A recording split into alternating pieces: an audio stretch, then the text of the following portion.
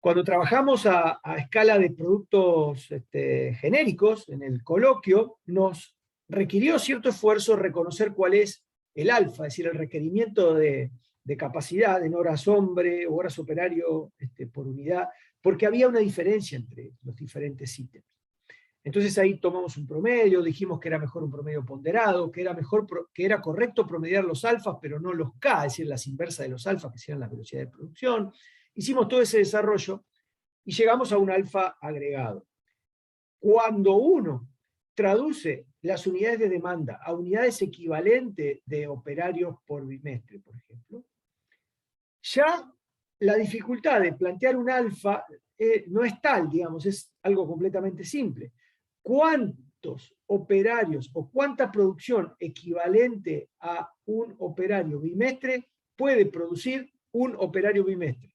Bueno, la respuesta es trivial. En ese caso el K es 1. Es decir, un operario bimestre es capaz de producir un operario bimestre de producción equivalente. Y la inversa de 1 es 1, así que también el alfa es 1. Es decir, uno podría decir que el equivalente a un operario bimestre requiere un operario bimestre para ser producido. Entonces, esa simplificación en el proceso, digamos, me hace que los cálculos de número de operarios requeridos sean mucho más precisos. Quizás para este problema en particular, donde hay que dimensionar el tamaño de la fuerza laboral, sea más conveniente o recomendable ir por el camino de traducir la demanda en equivalentes de operarios. U horas operarios, o lo que quieran, digamos, operario bimestre u horas operario, la unidad de capacidad, digamos, equivalente. Ahora, alguien diría entonces, bueno, si hay que dimensionar tamaño de fuerza laboral, lo ideal es siempre entonces trabajar en estas unidades. La respuesta es, si te interesa la precisión en el cálculo, la respuesta sería sí. Lo que ocurre es que, en general, digamos, leer los resultados y traducirlos y llevarlos a instancias inferiores del proceso de planificación puede ser un poco más difícil, ¿no? Aquel que está planificando el tamaño de la fuerza laboral, si uno le dice, bueno, mi plan de producción es el equivalente a 25 operarios, el tipo lo lee muy rápido y dice, ah, perfecto, entonces tengo que disponer de 25 operarios. Si no quiero todos permanentes, serán 20 permanentes y el resto en temporarios, a lo mejor no son 5, son 7 los que faltan, porque recuerden que rinden un poco menos, pero habla el mismo idioma, aquel que planifica recursos humanos, en este caso personal, y el plan de producción asociado.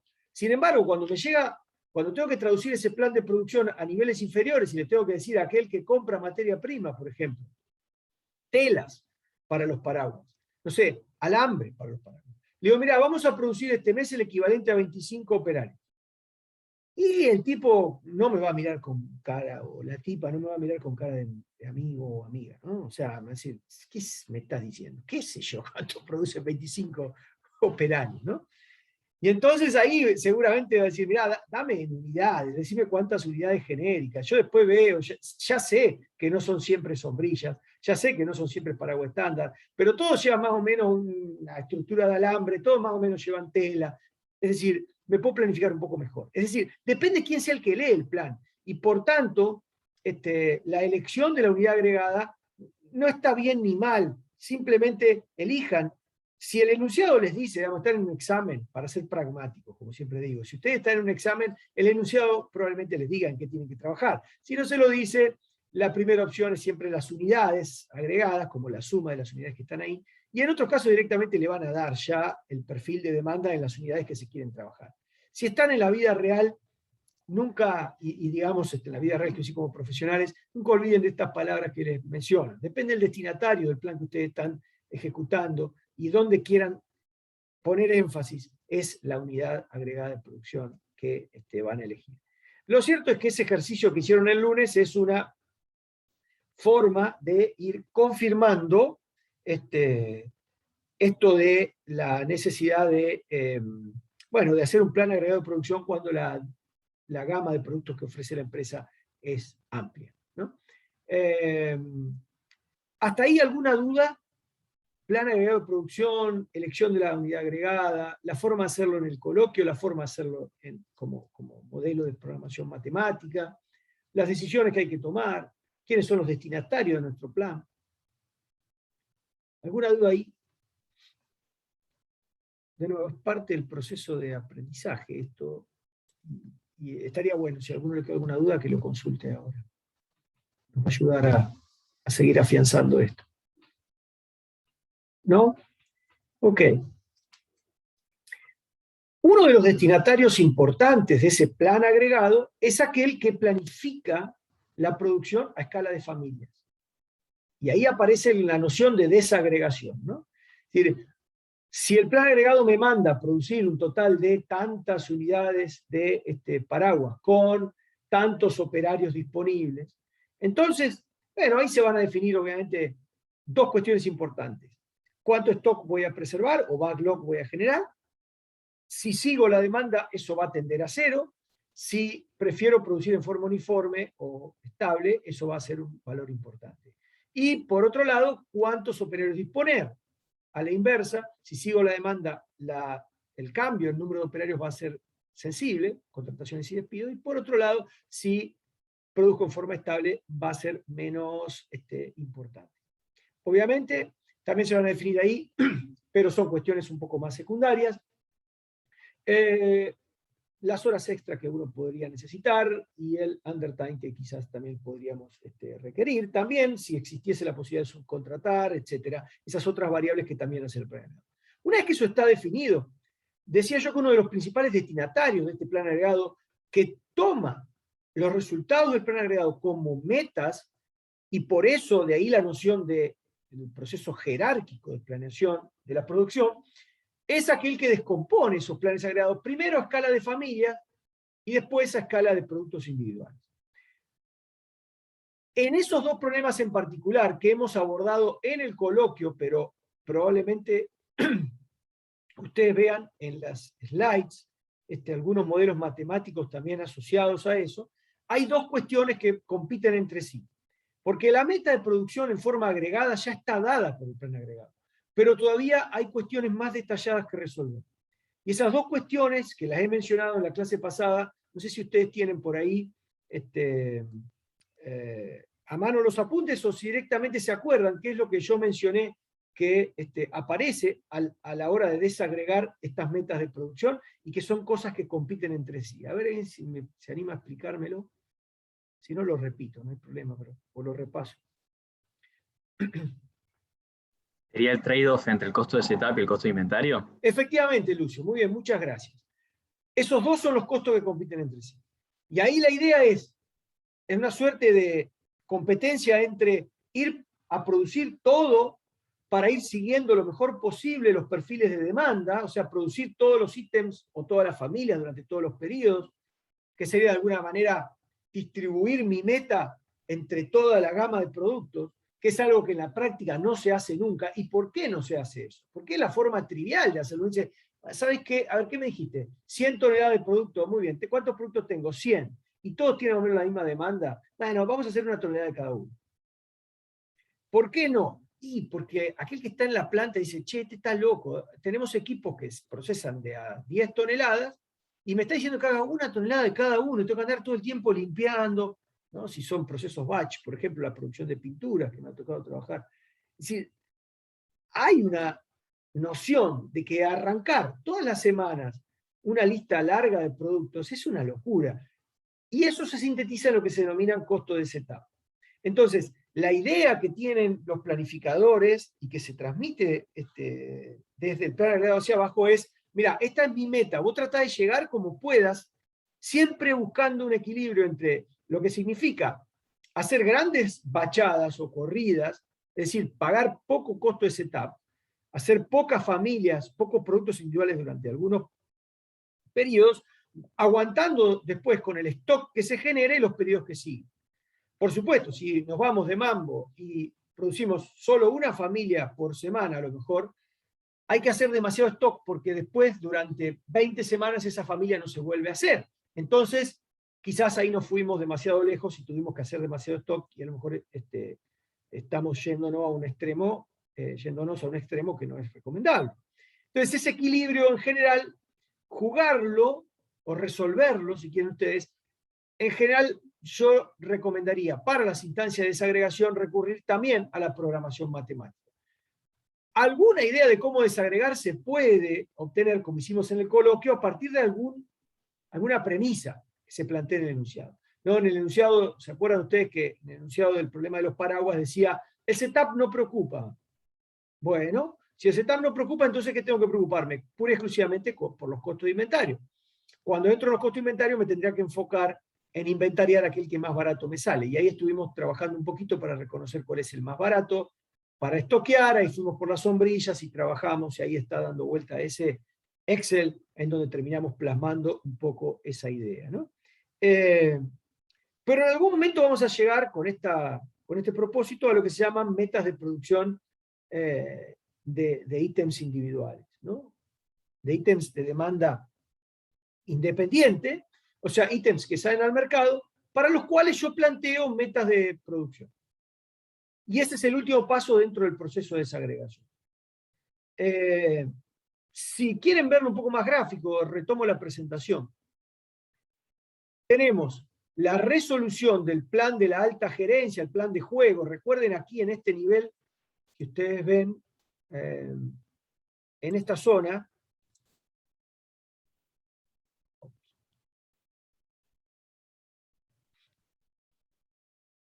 que está por acá,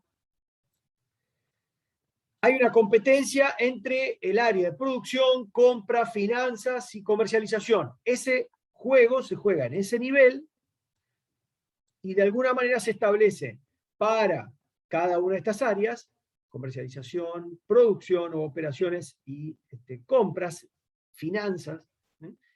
La relación de fuerza entre uno y otro y se asignan presupuestos. Eso, asumamos, ya está resuelto, ¿no? Obviamente, las gerencias habrán estado discutiendo eso durante un tiempo, en fin, asumamos que eso ya está. Resuelto eso, vamos al plan agregado de la producción que aparece por acá. La demanda como insumo fundamental es un dato que alimenta el plan de producción, y los recursos, fundamentalmente, en la planeación de recursos estamos hablando de recursos de operarios, horas hombre, horas máquinas, si hay que trabajar a escala de máquinas, y los recursos financieros. Recuerden que también aparece el presupuesto como uno de los grandes ítems que también bajan en la desagregación hasta llegar a lo que se llama plan maestro de producción. Toda esta área se denomina capa frontal o front-end del sistema de planeación y control de la producción. Esto es en el libro de Bollman, lo van a encontrar, está acá detallado. Es interesante porque lo que dice Bollman es, bueno, una vez que resuelvo cómo salgo al mercado y cómo respondo ante la demanda del mercado, me tengo que meter en lo que se llama el motor del sistema de planeación y control de la producción. Entonces acá nos vamos a meter de lleno en procesos internos del área de producción, del área de operaciones, que son muy interesantes. El primero de ellos es el abastecimiento de materiales. De alguna manera, reconocer cómo necesito planificar mis materiales, mis componentes, mis materias primas, mis subensambles, si es que el producto es complejo, para poder llegar a tiempo a satisfacer el plan maestro de producción. Entonces, con el plan maestro de producción, MPS, como input, las metas que se fueron bajando desde el plan agregado, desagregación por familia, finalmente a escala de productos individuales, son el insumo principal para desarrollar la planeación de materiales o los requerimientos materiales, como se denominan aquí. De ahí las siglas MRP, que vienen de Material Requirement Planning, o sea, la planificación de requerimientos de materiales.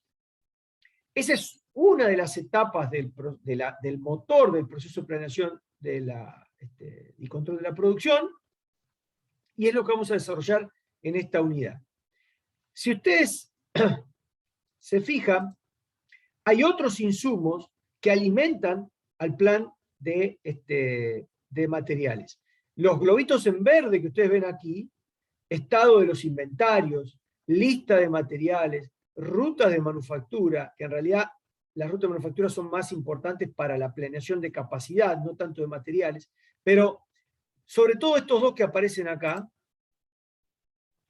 ya los anoto, esto y esto son cuestiones importantísimas para el desarrollo del plan de requerimiento de materiales. ¿Por qué?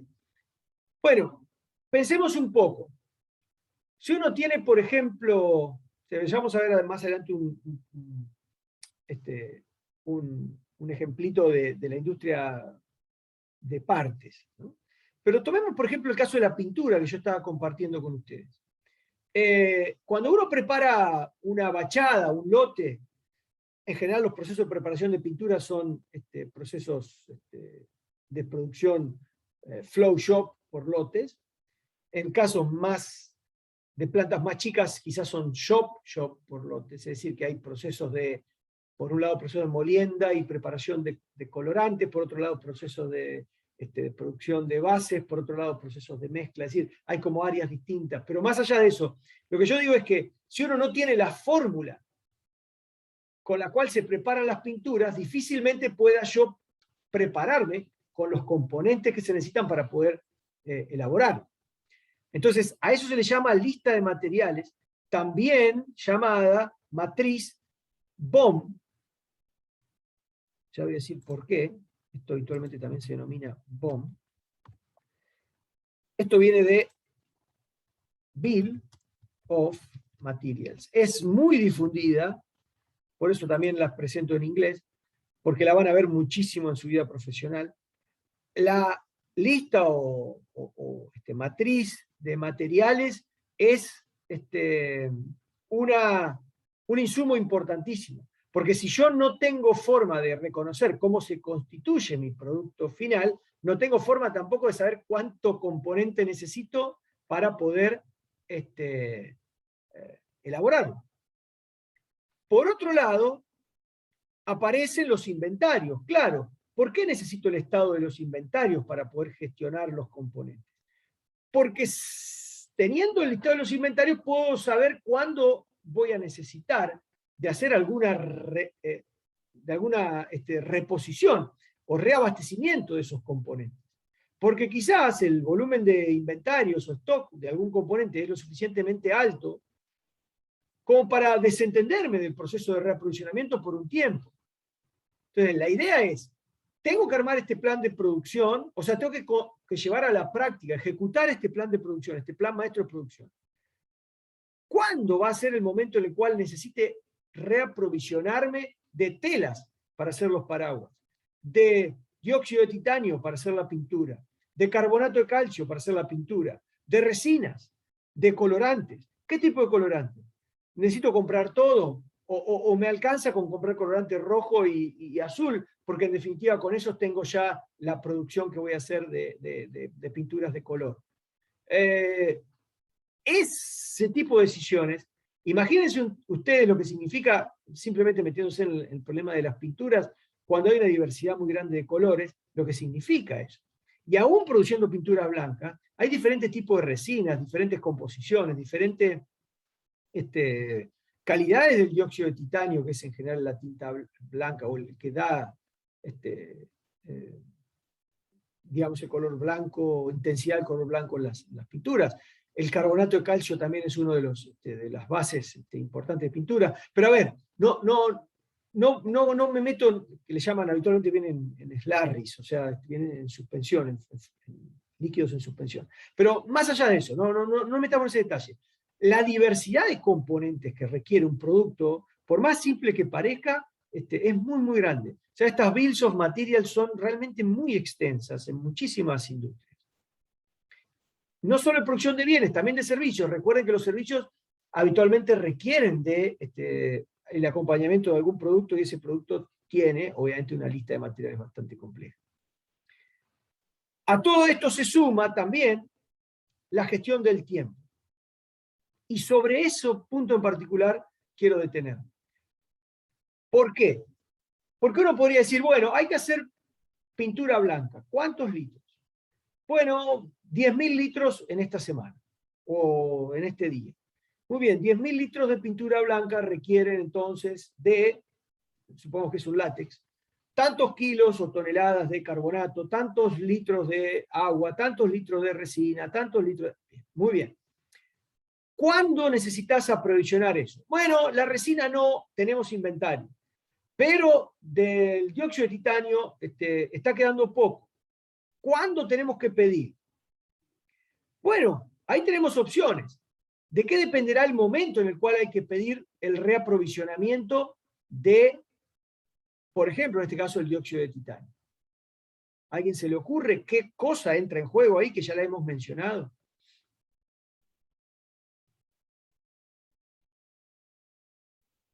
Era un nombre en inglés bastante famoso también y que lo van a ver muchísimo. ¿Cuánto debería yo anticiparme en el pedido de algún material si quiero que llegue a tiempo para el proceso de producción?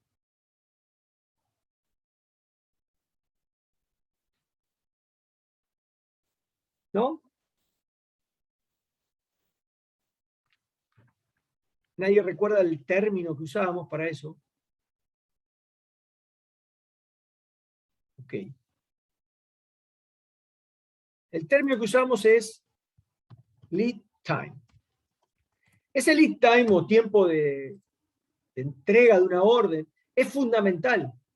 O sea, la idea es, si yo tengo que llegar para el día miércoles con 100 kilos de titanio, que hoy no tengo nada, dióxido de titanio, que hoy no tengo nada, entonces necesitaré pedirle N días antes a mi proveedor que me los traiga. Entonces ahí está la clave de un buen sistema de aprovisionamiento. Debería yo anticiparme al momento en que lo requiero y hacer que ese, no sé, supongamos que el lead time son 5 días antes emitir la orden para que en el momento en que me voy a quedar sin dióxido de titanio porque entra a procesarse la orden de pintura blanca, llegue ese material. Entonces el lead time empieza a jugar mucho en la gestión de estas órdenes de productos de demanda dependiente. Se entiende un poco la idea. La idea es tratar de pensar en qué tanto antes tengo que hacer yo el pedido para que en el momento que necesito hacer el plan de producción haya material suficiente. La cosa se va complicando un poco. Piensen nada más si cambiamos. Nuestro producto final es ahora una pintura de color. Y la pintura de color se hace sobre una base de pintura blanca, supongamos. Es una pintura de color gris, por ejemplo, o rosa, que toma como insumo un producto que se hace en la misma empresa. Entonces, yo debo corroborar para poder empezar a procesar la pintura gris o rosa, que haya suficiente pintura blanca en el momento en que voy a empezar a procesar el lote. Entonces tengo que si no hay, debería yo anticiparme con el lote de producción de pintura blanca para que esté listo cuando yo empiezo a producir la pintura gris. Pero producir la pintura blanca también requiere de insumos. Y entonces tengo que anticiparme con la compra de dióxido de titanio para que esté disponible cuando haga yo el lote de pintura blanca, para que esa pintura blanca esté lista cuando yo empiece a hacer el lote de pintura gris. Entonces, esa coordinación hace que se vayan acumulando lead times. El lead time de la corrida de producción de pintura blanca y el lead time del ciclo o la orden de aprovisionamiento de producto componentes, en este caso materia prima, dióxido de titanio para procesar la campaña de producción de pintura blanca. Eso no es fácil, como ustedes imaginarán. Entonces, cuestión importante a tener en cuenta en esto.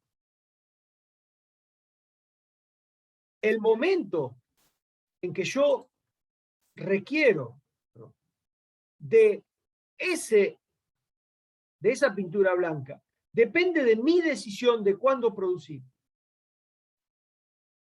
Por eso es tan importante, porque uno podría decir lo siguiente, a ver, no, me imagino que a cualquiera de ustedes se les puede ocurrir, si lo piensan un poquito, decir, bueno, hagamos algo más fácil, que de hecho es algo que van a aprender a calcular cuando pasen a la materia de administración de cadenas de suministro, ¿no? Una opción fácil sería decir, mira, ¿para qué preocuparme tanto?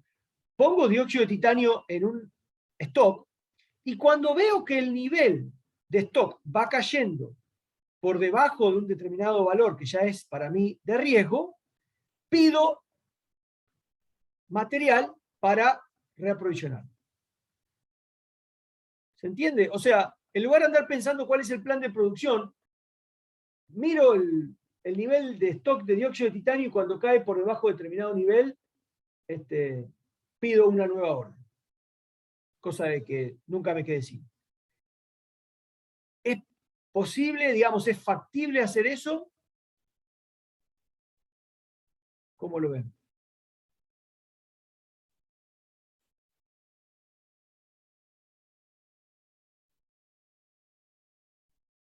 Suena razonable. Quizás es lo que hacen ustedes en sus casas, ¿no? O sus padres o sus madres. Esto de, bueno, tengo que ir al súper, ¿qué compro? Bueno, mira, hay poco de esto, hay poco de lo otro, hay poco de lo otro. ¿Sí?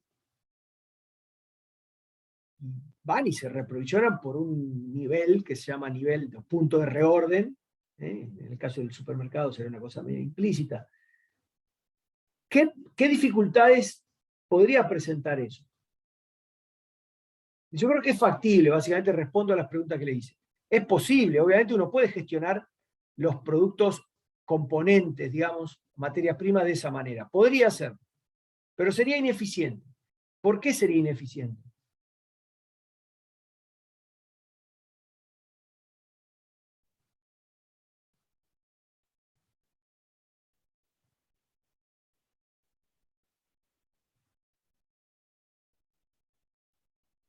¿No?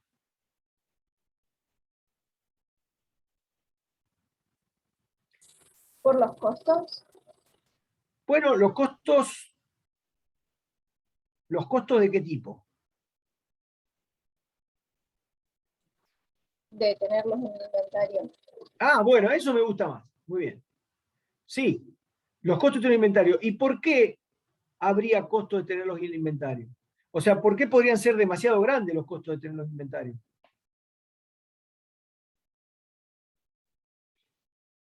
Creo que está un poco en la diferenciación entre quién manda, digamos. ¿Por qué se consumen estos ítems? ¿Quiénes determinan cuándo se consumen estos ítems componentes?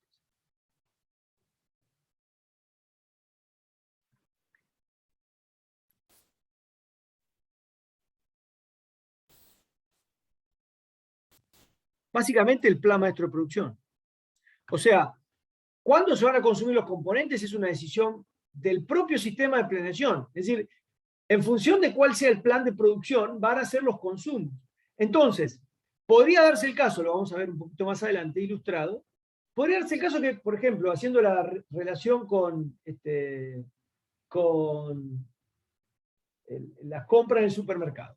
Supongamos que ustedes no consumen nunca dulce de leche, ¿no? Por dar un ejemplo. No es algo que les atraiga, pero fue su cumpleaños o el cumpleaños de alguien, y de pronto se consumió el dulce de leche porque se hizo una torta, el que tenían en su heladera, y ustedes que van a hacer las compras dicen, che, hay poco dulce de leche, bueno, vamos a comprar. Y se compran 1 kilo de dulce de leche. Y resulta que ese dulce de leche queda, y ahí lo que mencionaba la compañera, el costo de inventario, ¿no? Queda ahí ese dulce de leche durante meses. Probablemente un año entero hasta que vuelva a ser su cumpleaños y se vuelva a usar.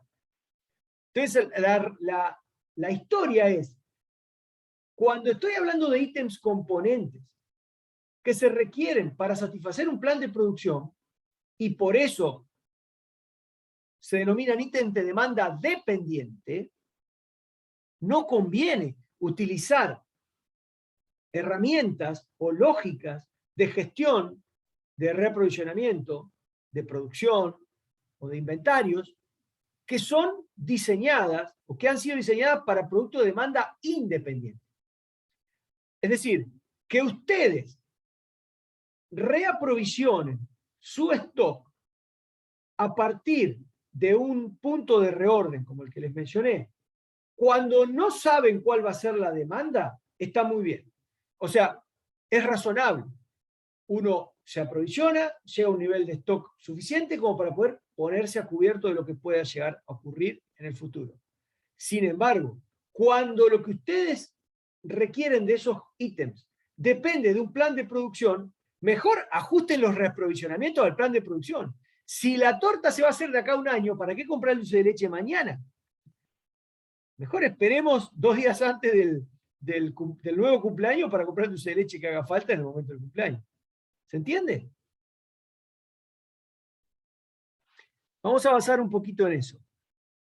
Esa es un poco la idea. Es decir, tratar de diseñar sistemas de aprovisionamiento de materiales que sean lo más ajustado posible al plan de producción para que el plan de producción sea realizable, es decir, sea factible, pero que además sea al mínimo costo posible, ¿no? Esa es un poco la idea. Entonces, ¿a qué apunta el plan? Son varias de las cosas que ya he dicho, digamos, y ustedes las van a tener todas explícitas aquí, ¿no? El plan de requerimiento de materiales o sistema MRP apunta a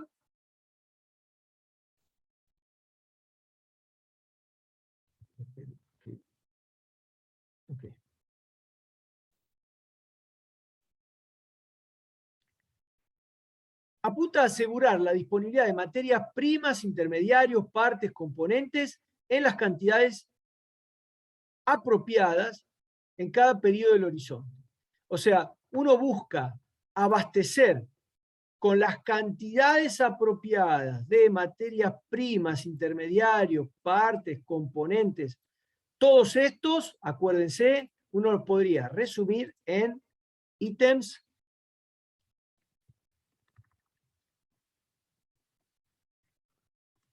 de demanda dependiente. Asegurar la disponibilidad de todos estos ítems en las cantidades apropiadas para hacer factible, o sea, para poder ejecutar el plan maestro de producción. Esa es la idea. Eso implica planificar qué materiales hay que reaprovisionar o encargar. Algunos de ellos serán producción propia, entonces emitir una orden de producción implica eso. Algunos otros serán comprados, serán entonces órdenes de compra, no órdenes de producción. Y reconocer entonces cuándo y cuánto comprar para que los MPS estén siempre abastecidos. ¿Ok? Habitualmente esto se implementa en un sistema computacional, originalmente se llamó MRP, de las siglas que les mencioné. También existen versiones avanzadas de este sistema, hoy por hoy se los denomina ERP, que involucran un módulo de planificación de materiales, pero que incorporan un montón de otras habilidades.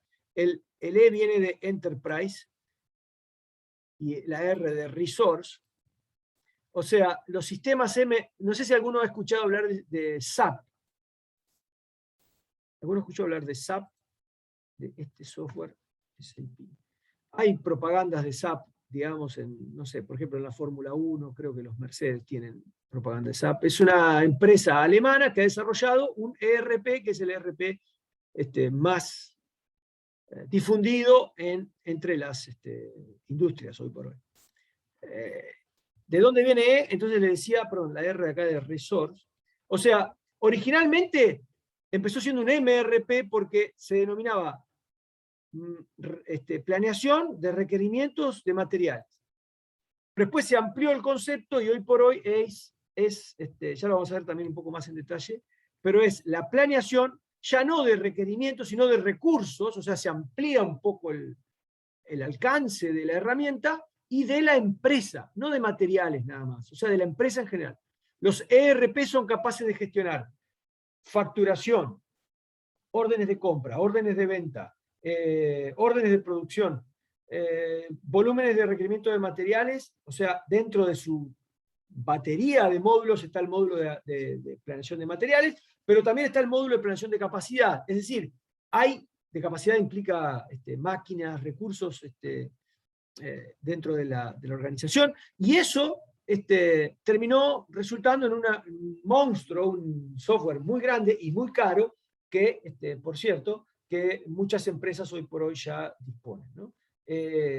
La competencia de SAP es era J.D. Edwards, yo creo que ahora es Oracle, no sé, la empresa. Hay alternativas. Incluso hay, por ejemplo, software nacional, el caso de Tango, que se ha desarrollado para hacer. Muchos empezaron, en lugar de empezar como software de planeación de requerimiento de materiales, empezaron como software de facturación, o sea, software contables que fueron incorporando, digamos, herramientas o módulos relacionados a la administración de la producción.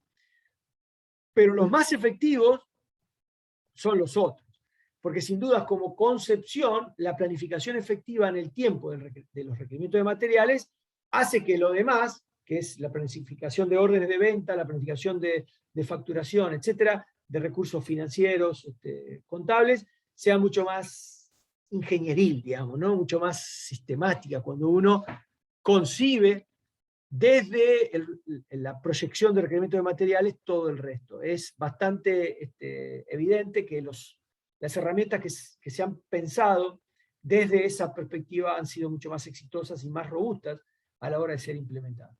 Obviamente, ¿qué hay detrás de un ERP o qué hay detrás de un MRP? Una gran base de datos. Así como la matriz BOM en muchos productos es una estructura muy compleja porque tiene un montón de antecesores, componentes, materiales requeridos en diferentes cantidades, también es muy complejo el control de los inventarios. Entonces hay como un montón de datos ahí en una base de datos muy grande que los sistemas MRP y ERP en su versión más amplia leen y toman decisiones o hacen proyecciones a partir de ahí, ¿no? Entonces, fundamental para que estos sistemas funcionen bien, una base de datos enorme, bien administrada de fondo. Entiendo que en sistemas de información para manufactura van a abordar un poco el tema de base de datos y cómo organizar esta información. De hecho, hay algunos egresados de ingeniería industrial que han trabajado específicamente en lo que se llama la ontología. Es un tema que la profesora de administración de cadenas de suministro y de sistema de información ha trabajado hoy mucho, para organizar mejor esa información, porque sin duda es la clave del éxito de los sistemas ERP, ¿no? Pero volvamos al sistema MRP. Vamos a concentrarnos específicamente en materiales. Cuando hablamos de materiales, entonces, vamos a tener que controlar los inventarios de esos materiales, reconociendo que cada uno de esos materiales tiene su propio DNI, o sea, su propia identificación. Los DNI de los materiales son los SKU. El DNI, ojo, no es para cada individuo, quiere decir, el componente que fabricó la empresa tal día, a tal hora. No, no. Cuando hablamos de DNI, hablamos del DNI de un ítem particular, del cual puede haber varios clones, varias réplicas. O sea, por ejemplo, el SKU A324, por ejemplo, en una empresa, podría ser, no sé, el dióxido de titanio. Entonces, el dióxido de titanio, como SKU genérico, tiene diferentes niveles de inventario, ¿no? Toneladas estoqueadas. Ese SKU viene de Stock Keeping Unit, o sea, es la identificación de qué es lo que estamos almacenando de ese material, ¿no? O sea, cómo lo reconocemos en nuestras bases de datos, obviamente. Obviamente que a partir de este software uno decide cuándo emitir las órdenes para que lleguen a tiempo y en las cantidades que uno necesita para abastecer los materiales que terminan siendo requeridos en el plan de producción. Como les dije, pueden ser órdenes de compra o órdenes de producción, depende si van hacia adentro de la organización o hacia el exterior, ¿no? Hacia un aprovisionamiento externo. Bien. Muy importante, Leandro hizo una acotación que yo sin querer la pasé por alto, pero yo dije ¿quién determina el consumo de ítems de demanda dependiente? Es decir, de estos componentes, materia prima y todo demás. Y Leandro dice, con cierta lógica, pero también con cierto desatino, él dice, la demanda de productos finales. Efectivamente, el driver que tracciona todo mi sistema de producción es la demanda de productos finales. Pero recuerden siempre que los ítems de demanda dependiente, al fin y al cabo, tienen un punto de desconexión con esa demanda, que es el plan de producción. La demanda de producto final dispara un plan de producción que no necesariamente coincide perfectamente con la demanda. Obviamente que el plan de producción se hace para cubrir una demanda, pero lo puede hacer con diferentes estrategias. Puede anticiparse y hacer stock, puede retrasarse y generar backorders. Hay muchas formas de satisfacer la demanda. La demanda interna, es decir, la demanda dependiente de los ítems componentes, materias primas, insumos, etcétera, esa va a depender del plan de producción y no directamente de la demanda. Y ese desvínculo es lo que hace que estos sistemas de producción puedan ser mucho más eficientes que lo que serían si uno los gestiona como si fuesen demandas independientes. ¿Se entiende, Lean?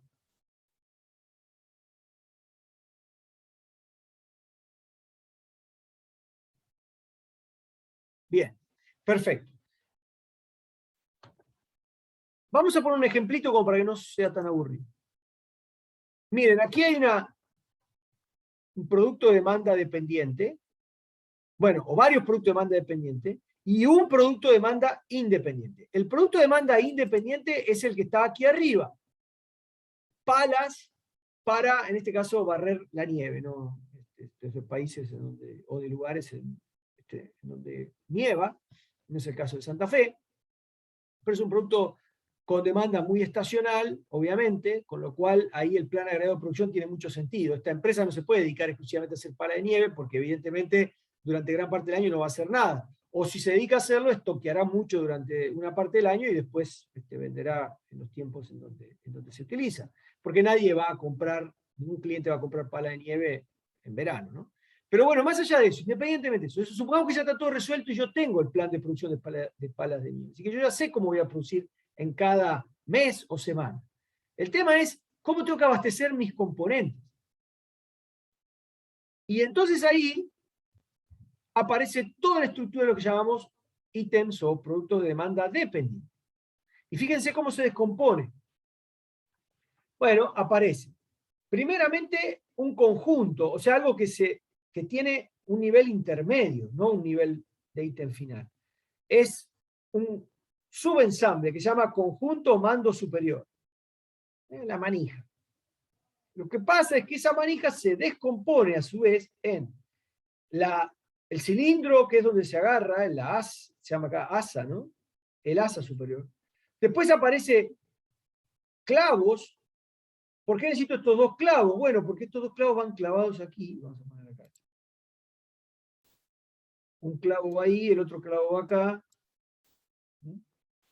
Se montan sobre esta U, que es un conjunto soldado.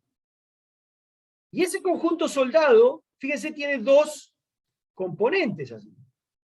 La U, que es una chapa plegada, que seguramente se comprará plegada afuera, y el acople, que será un pedacito de caño con dos agujeros, que es donde se va a insertar el palo, ¿no?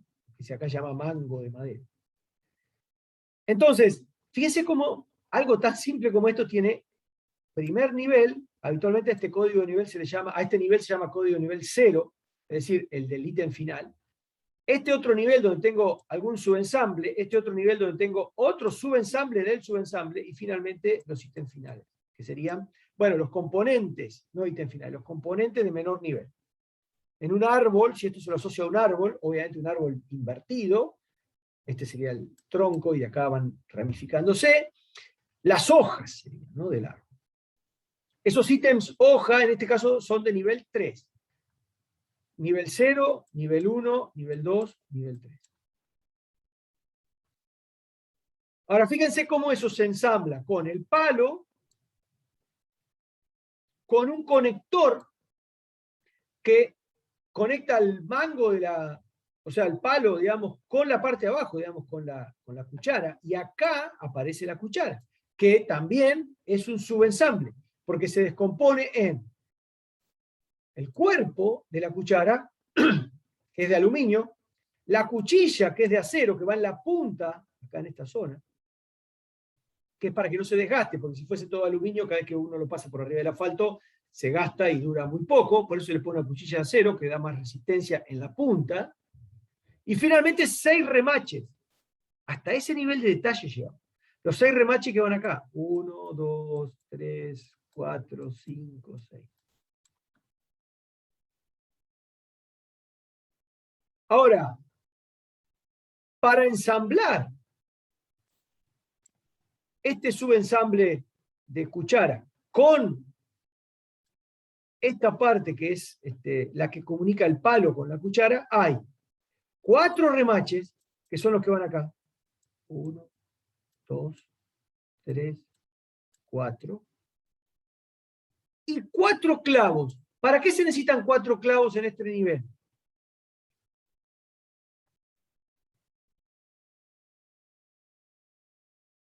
Los 2 clavos, estos ya vimos para qué eran. Van en la punta del mango acá. Uno ahí, el otro ahí. ¿Para qué se necesitan esos 4 clavos en este nivel?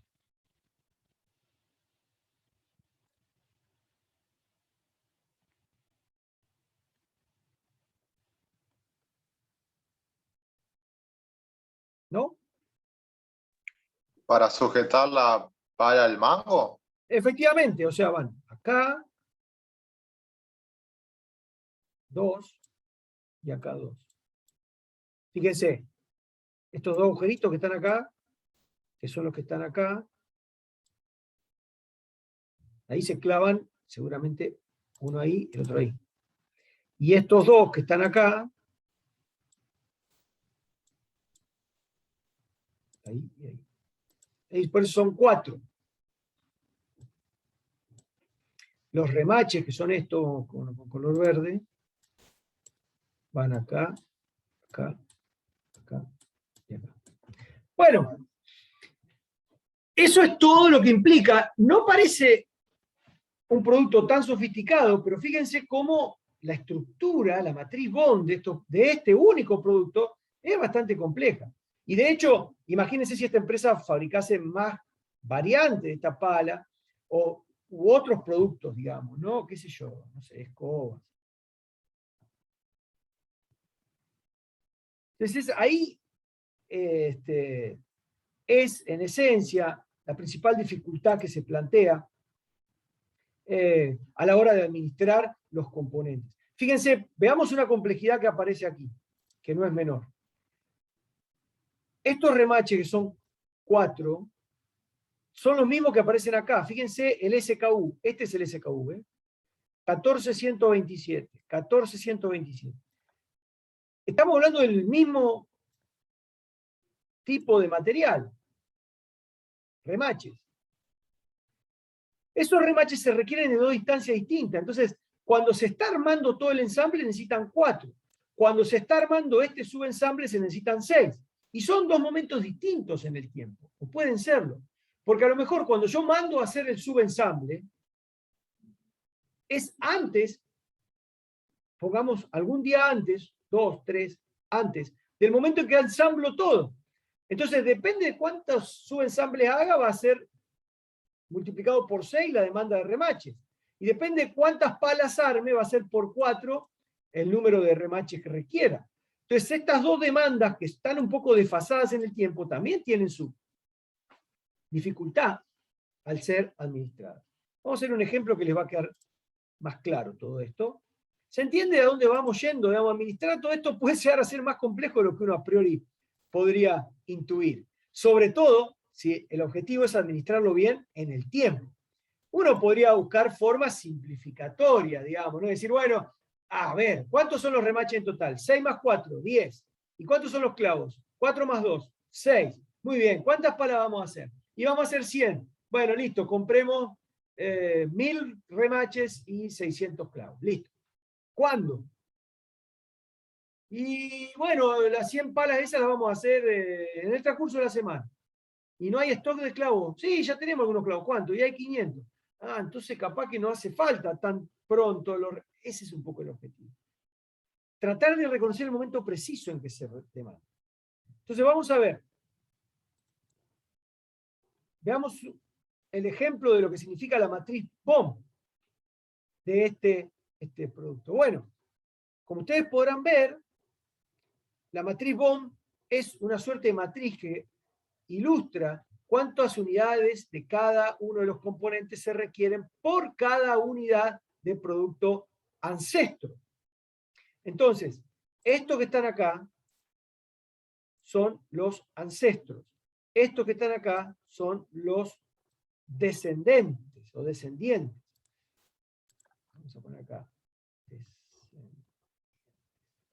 Y acá son los ancestros. O sea, haciendo una analogía con los árboles genealógicos, ¿no? Entonces uno dice, bueno, el 1605, que es el SKU de la pala completa, como lo ven aquí arriba, requiere de un conjunto 13122, que es el conjunto de mango superior, de un conector mango cuchara, que es el 048, de un,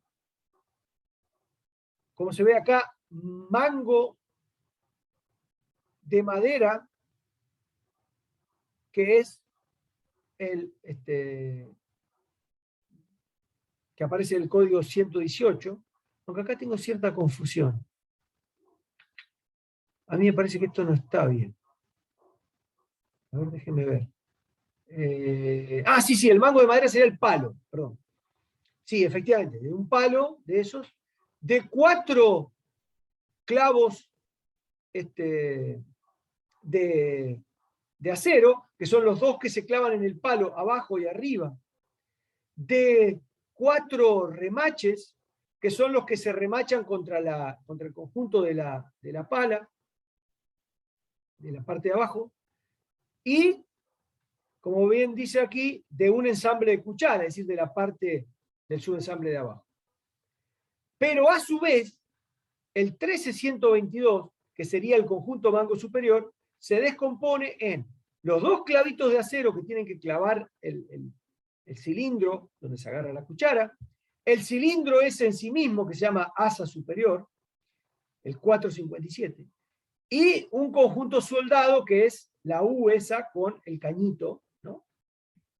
Donde se agarra el palo, que tiene 2 agujeros, ¿no? Y a su vez el 11495 que está aquí, abajo de todo, se compone del 129, que es la U de chapa, y de un 1118, que es el cañito con 2 agujeros. Entonces, bueno, algo parecido pasa con el 314, que es la cuchara. Recuerden ustedes que la cuchara lleva 6 remaches, que aparecen acá, lleva un cuerpo de aluminio y un filo de acero.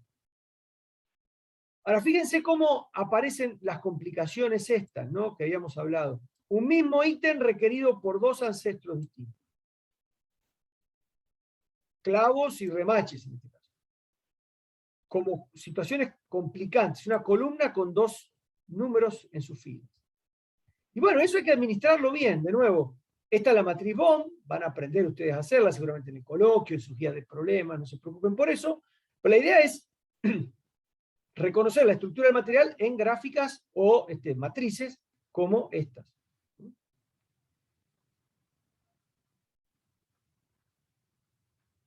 Bueno, repasemos un poco esto de cómo administrar estos ítems en el tiempo. Y después les voy a mostrar un ejemplo de cómo hacer.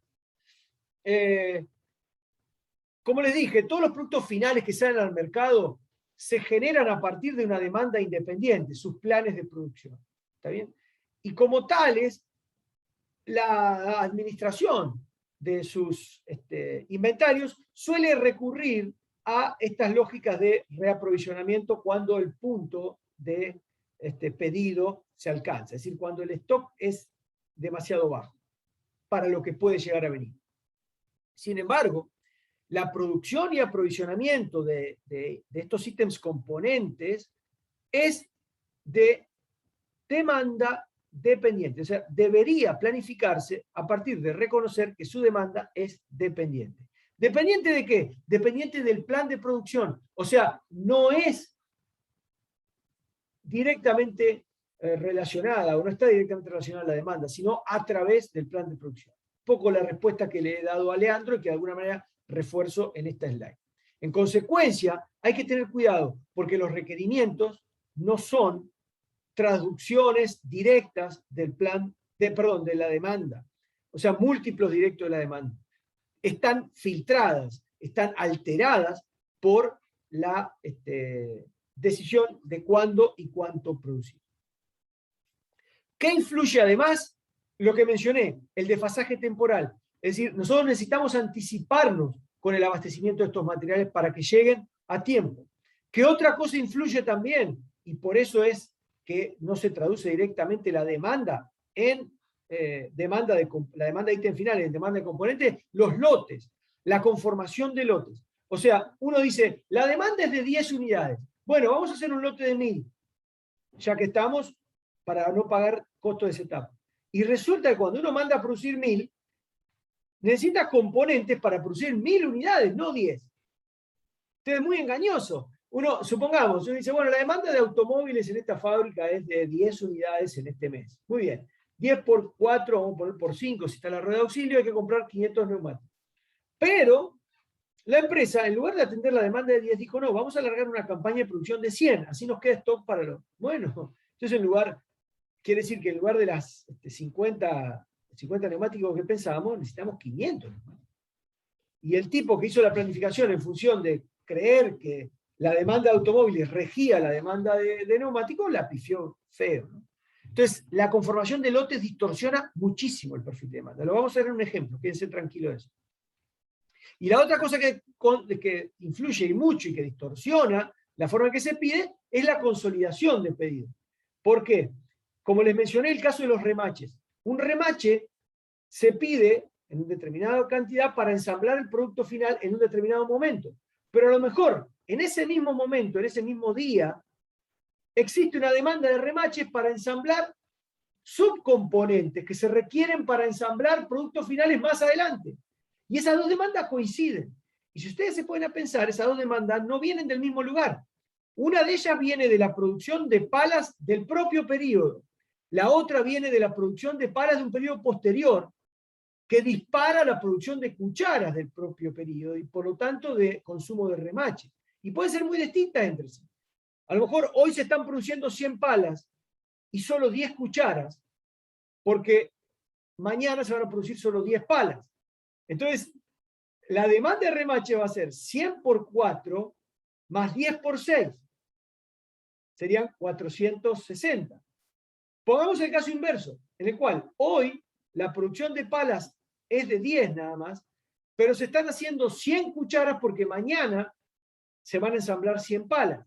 Entonces ahí se invierte la cosa y la demanda de remaches es de 40 para las palas de hoy más 600 para las palas de mañana, sería para las cucharas de hoy. Entonces sería en lugar de 460, 640. Muy distinta la demanda, simplemente porque, a ver, al fin y al cabo vamos a producir 110 palas, nada más que en uno hacemos 10 hoy y 100 mañana, en otro hacemos 100 hoy y 10 mañana. Cambia muchísimo, más allá de que el número total es el mismo, cambia muchísimo porque uno tiene diferentes formas de consolidar estos pedidos por remaches en general.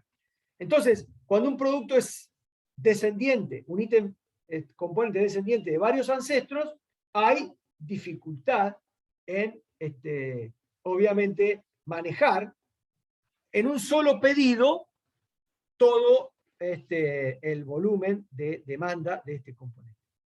Entonces son las tres cosas que alteran la demanda y que obviamente hacen que la demanda de un ítem componente luzca muy distinto a la forma en que luce la demanda del producto final.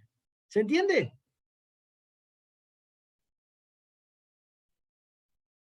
¿Alguna duda hasta aquí?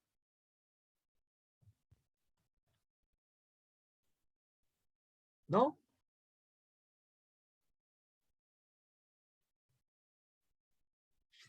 ¿Seguro? Ahora vamos a ver un ejemplo que creo que va a terminar de ayudarlos a comprender cómo funciona esto.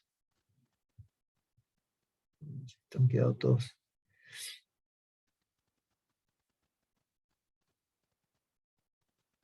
A ver si puedo hacer que esto se anime. Animaciones. Sí.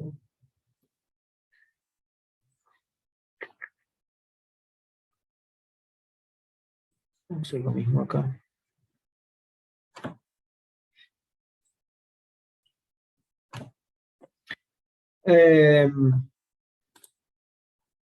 Pregunten, sin miedo, ¿está todo comprendido? ¿Se entiende cuál es el objetivo de esto? ¿A dónde vamos? A ver, no está el panel de animación aquí.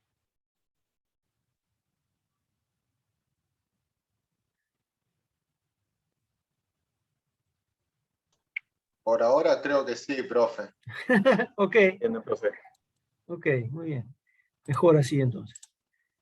Bueno, voy a hacer estas animaciones para que quede más claro para ustedes, porque si los pongo todos juntos, aparece un poco dura la presentación. La idea es hacer un ejemplo, mostrarles un ejemplo de cómo se administran los stocks y las órdenes de componentes con un producto muy, muy sencillito, que es un producto final que se llama PF, para el cual vamos a planificar el abastecimiento de sus materiales. Fíjense, PF es un producto del cual se producen lotes de 40 unidades. Y su lead time es una semana. Es decir que, si yo necesito atender la demanda de un determinado periodo de productos PF y no tengo nada en stock, necesito producir, si las quiero satisfacer plenamente, necesito producir esas unidades, pero empezar una semana antes del momento en que las necesito. ¿Está claro? Esa es la idea. Esa es la demanda. Fíjense, la demanda es 10, 15, 10, bueno, 12, 15, baja a 10, después sube a 15 de nuevo, después se va a 17, no sé, vuelve a bajar a 10. O sea, el perfil de demanda es ese. ¿Ok? Pero obviamente, como yo tengo que producir lotes de 40, tengo que ver qué hago con la producción y cómo voy gestionando el inventario. Bueno, una forma de hacerlo es relativamente simple, ¿no? Como es un producto de demanda independiente, o sea, viene de afuera, es decir, bueno, ¿en qué momento me voy a quedar sin inventario? En ese momento quiero un lote. Entonces, fíjense lo que hace el perfil de producción. El perfil de producción dice, recién en el periodo 3 un lote de 40, quiero que llegue. Recién en el periodo 6 otro lote, recién en el periodo 9 otro lote. En los demás periodos, o sea, en el 1, en el 2, en el 4, en el 5, en el 7, en el 8 y en el 10, no produzco nada. Solo produzco 40 unidades en el 3, en el 6 y en el 9. ¿Por qué es eso?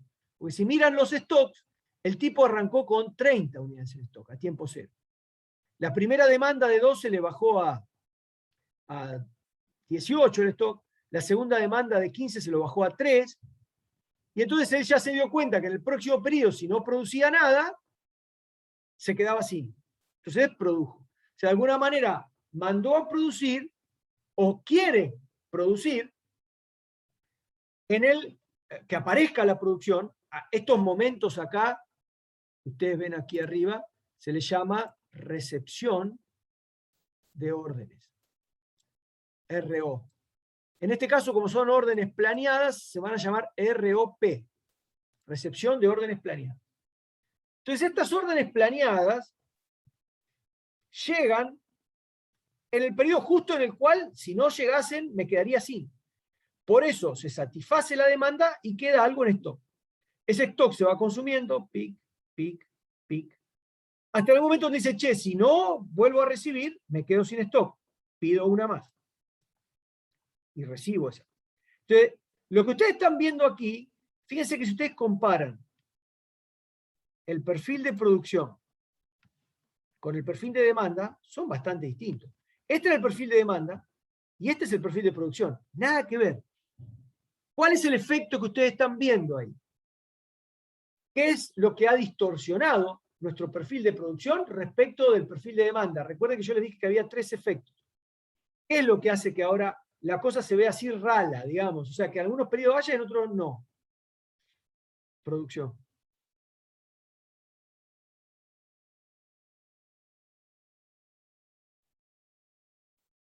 De las cosas que vimos antes. Desfasaje temporal, conformación de lotes o consolidación de pedidos.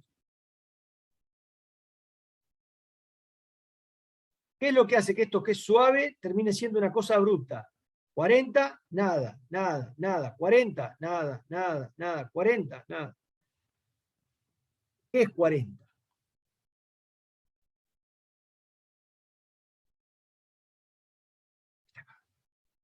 No es tan difícil. La conformación de los lotes. Claro. El hecho de que vos produzcas de a 40 unidades como lote hace que vos no puedas seguir la demanda con precisión, ¿no? Vos no haces un lote de 12, otro de 15, otro de 12 de nuevo, uno de 10, no.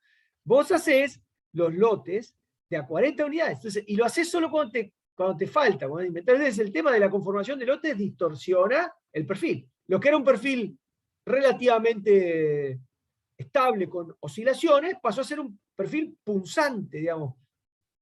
Pico, nada, nada, pico, nada, nada, pico. Entonces ya cambió, desde el vamos cambió, hay una diferencia notable entre demanda y producción del producto final.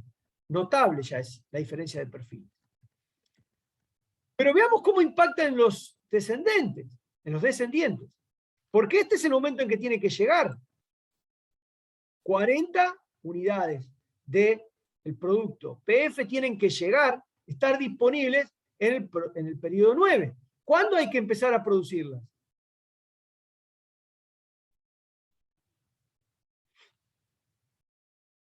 A esas 40 unidades que tienen que llegar en el periodo 9. En el periodo 8 hay que empezar. Claro, porque el lead time es 1. Entonces tienen que empezar acá. Y si se empiezan en el 8, es ahí, en el 8, cuando se requiere el ítem componente.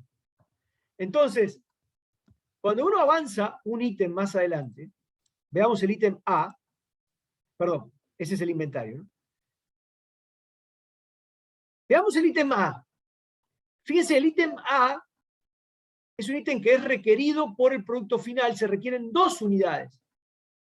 Este grafo indica eso. Este es el grafo de la matriz BOM. El ítem A es un ítem que se requiere en 2 unidades para hacer el producto final. Entonces, cuando uno dibuja,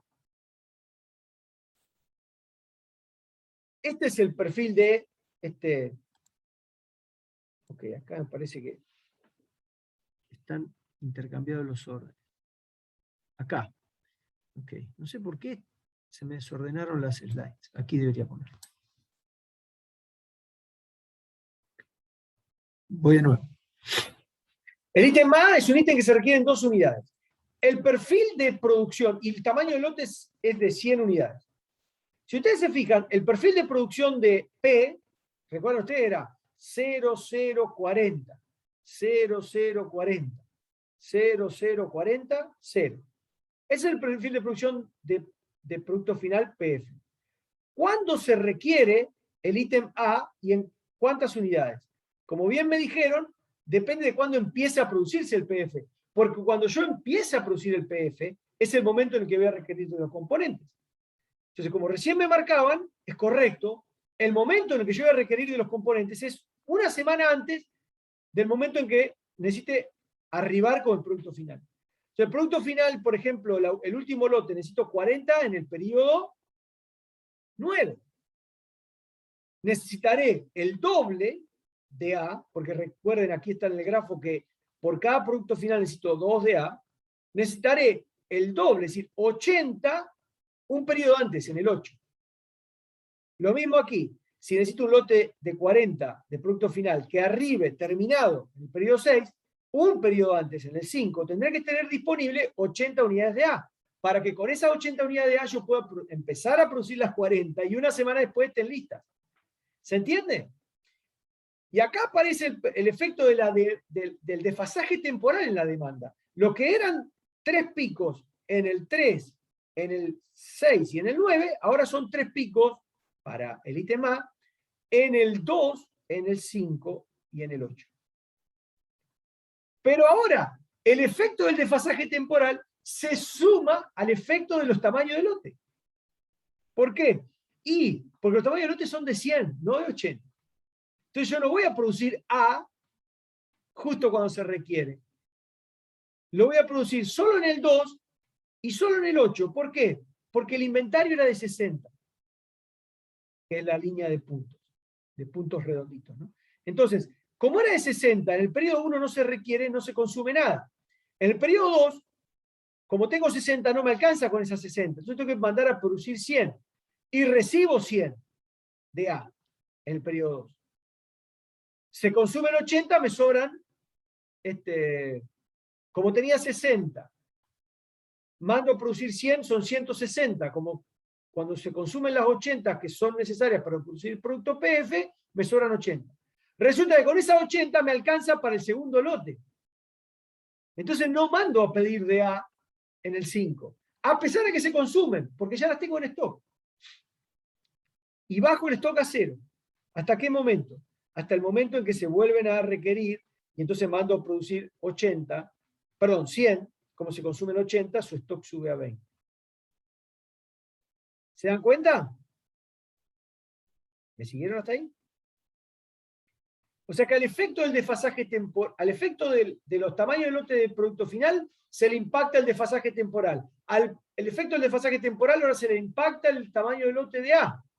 Y todavía no terminé. Porque mi producto tiene otro ítem, que es B. B es requerido tanto por A como directamente por el producto final. Entonces, acá, este sería el caso de los remaches, donde los remaches se requieren para el subensamble y también para armar el producto final. De hecho, para el producto final requieren 2 unidades de B y para el ítem A requiere de 1 unidad de B. Entonces, ¿qué tengo que hacer? Y bueno, plantear ahora el producto B y sus ancestros. Entonces dibujo el plan de producción del producto final. ¿Por qué? Porque el plan de producción del producto final multiplicado por 2 y desfasado una semana me va a dar la demanda de B correspondiente al producto final. Pero a eso le tengo que sumar la demanda de B necesaria para satisfacer la producción de A. Entonces miro la producción de A que ya definí en el paso anterior, la pego aquí, le aplico el desfasaje temporal y construyo la demanda de B. La demanda de B que ustedes ven ahí, que está en línea magenta, uno la puede reconocer de esta manera, miren. Fíjense este punto. ¿Alguien me explica de dónde sale el 100S?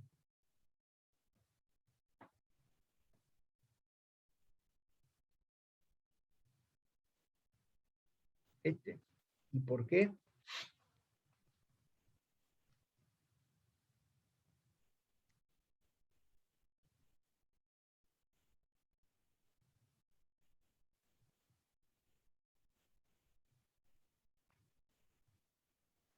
Porque hay una demanda de B de 100 unidades en el periodo 1.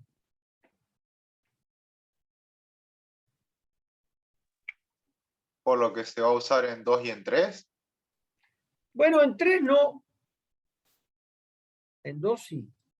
¿Qué es lo que se va a usar en 2? En realidad no se va a usar en 2, se va a usar en 1. ¿Qué es lo que aparece en 2?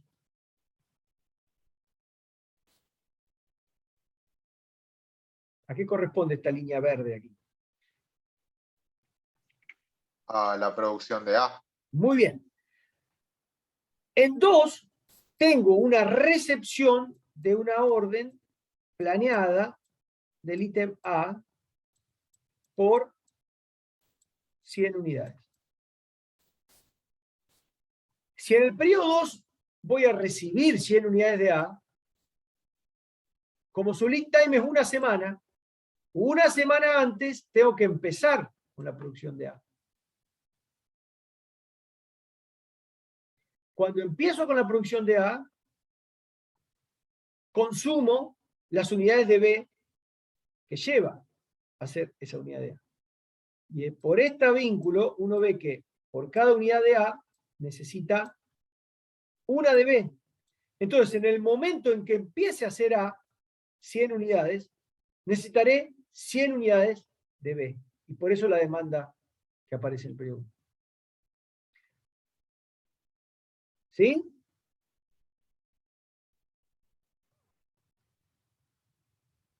¿Sí o no? ¿Se ve?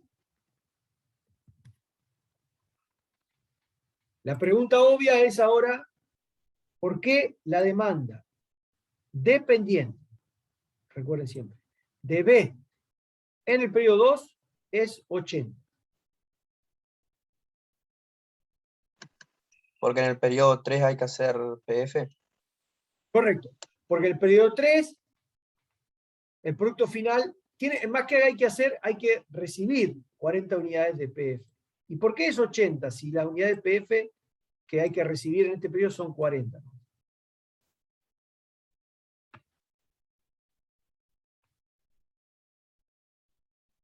Pues se requieren 2 componentes B para un producto final. Muy bien, efectivamente. Ahí. Excelente. Ese 2 que está ahí lo explica. Entonces, como podrán ver, este producto es extremadamente sencillo, créanme. Es decir, usted tiene un producto final y 2 componentes. Y así todo, hay 3 efectos que se superponen entre sí, que son difíciles de manejar si uno no se ordena. ¿Ok? Ordenarse implica ir planificando desde los ítems de código de nivel 0 en adelante, ¿sí? Hasta llegar a la planificación de todos los ítems que componen a la demanda. A la estructura de producción de los productos finales. Ya vamos a ver cómo lo logramos a eso. Organizarnos implica desarrollar un sistema de planificación, que lo vamos a hacer a través de una tabla, va a ser relativamente sencillo, es simplemente proponer algo sistemático. No hay una única forma de resolverlo, pero como ustedes notarán, es muy importante el lead time, porque en función de eso es que se retrasa la demanda, es muy importante el tamaño del lote, porque en función de eso es que se decide cuánto producir, que todavía no lo he resuelto aquí, dicho sea de paso. Con esa demanda lo que se mandó a producir es esto, fíjense, 200 en el 2 y 200 en el 7, porque ya había 100, entonces se consumieron en el primer periodo, el segundo periodo ya no alcanza, se manda a producir, etcétera, y así evolucionan los stocks. Entonces, los tamaños del lote, los lead times y la cantidad de componentes que se requiere por cada ancestro son fundamentales, son datos que están en una base de datos y que el sistema tiene que utilizar para poder resolver el tema. Ya vamos a ver con algún ejemplo, va a quedar mucho más claro la forma en que podemos organizarnos para que eso tenga su resultado. Pero como ustedes notarán, no es algo trivial, porque la demanda del ítem final, finalmente, como les había anticipado, no tiene nada que ver con la demanda de los componentes. Fíjense, la demanda del ítem final era esa línea roja que está por acá. Y si ustedes miran ahora la línea magenta, que es la que corresponde a la demanda de B, es cualquier cosa, ¿no?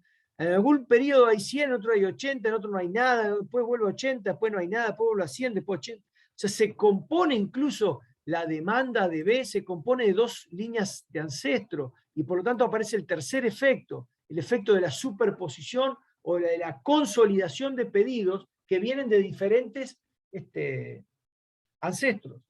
De ahí la idea del MRP como sistema de planificación integrado que unifica cualquiera sea el ancestro, unifica todo en una sola orden de producción, en este caso de 200 unidades, como se ve en el gráfico, ¿no?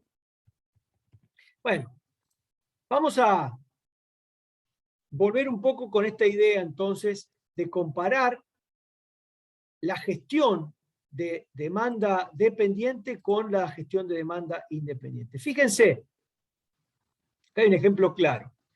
Supongamos que hay un producto P, ¿no?, que tiene una demanda independiente del tiempo, que es la que se observa aquí. Típica demanda independiente con oscilaciones, relativamente estable, pero con oscilaciones. Este es P y sus existencias, el nivel de stock. Cae el nivel de stock y entonces alguien pide una orden, esa orden llega y reaprovisiona. El stock sigue cayendo. En este momento, cuando llega debajo de cierto nivel, que se llama punto de pedido, se pide la orden. ¿Por qué el levantamiento es posterior a este punto en el tiempo? O sea, ¿por qué esta recuperación del stock se da después del momento en que se corta el punto de pedido? Por el lead time. Efectivamente, Andrés. Ni más ni menos. O sea, el lead time de P es ni más ni menos que la distancia entre este y este punto.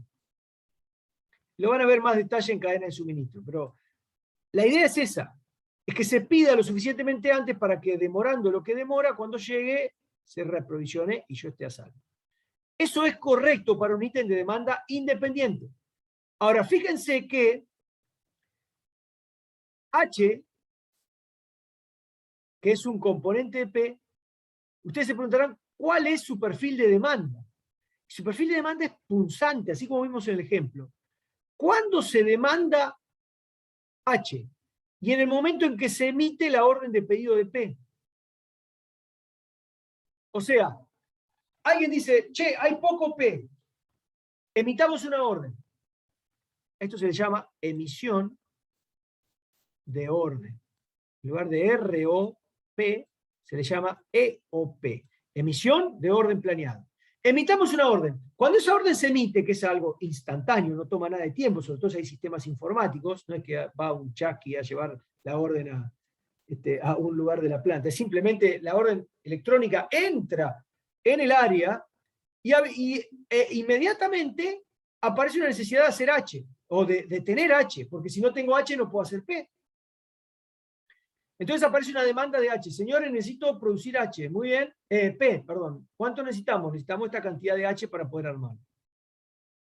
Supongamos, en este primer gráfico, como el ejemplo de la torta y el cumpleaños y el dulce de leche, que se gestiona el dulce de leche, o en este caso este componente H, con punto de pedido. Entonces fíjense qué ocurre. Si este es el punto de pedido, la cosa es así. Tengo H. Se consume H, porque viene un pedido de P, corto el punto de pedido, o sea, caigo por debajo del punto de pedido, pido una orden en este momento. La distancia entre esto y esto, ¿qué es?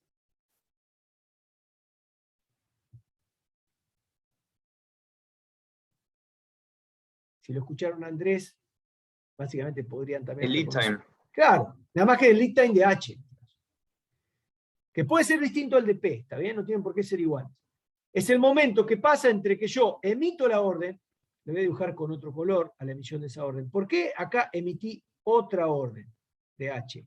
Y porque apareció una orden de P que me mandó a consumir H. Como me mandó a consumir H, mi stock de H cayó por debajo del punto de reorden. Entonces, un tiempito después de haber emitido esta orden, esta es una orden, una emisión de orden de P, y esta es una emisión de orden de H. Y entonces, tiempito después aparece H. Ahora fíjense, y reaprovisiona. Fíjense que eso que pido de H llegó, re bien. Pero miren, dura un montón hasta que vuelve a caer en función de que aparece una nueva demanda, ¿no? Interna. Entonces ahí está el punto.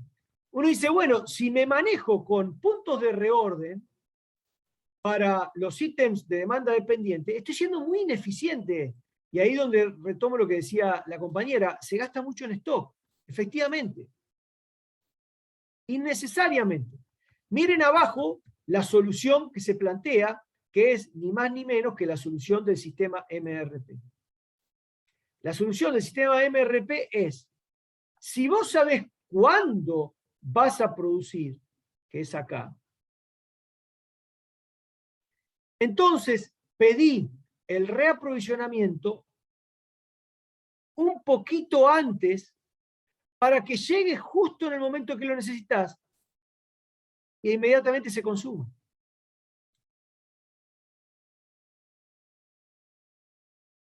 Pido un poquito antes, llega y se consume. Pido un poquito antes, llega y se consume. Entonces, la idea es no dejarse llevar por la evolución misma del stock, como se lo hace con un producto de demanda independiente, sino basarse en el plan de producción para hacer los reprovisionamientos que hagan falta en el momento indicado. Y evitarme todo lo que está tramado aquí, que son stocks innecesarios. ¿Se ve? Volviendo al tema de la torta y el dulce de leche, esperar a 2 o 3 días antes del cumpleaños para ir a comprar dulce de leche y no comprarlo ahora porque bajó el nivel, si al fin y al cabo no lo voy a consumir nunca durante el año. ¿Se entiende?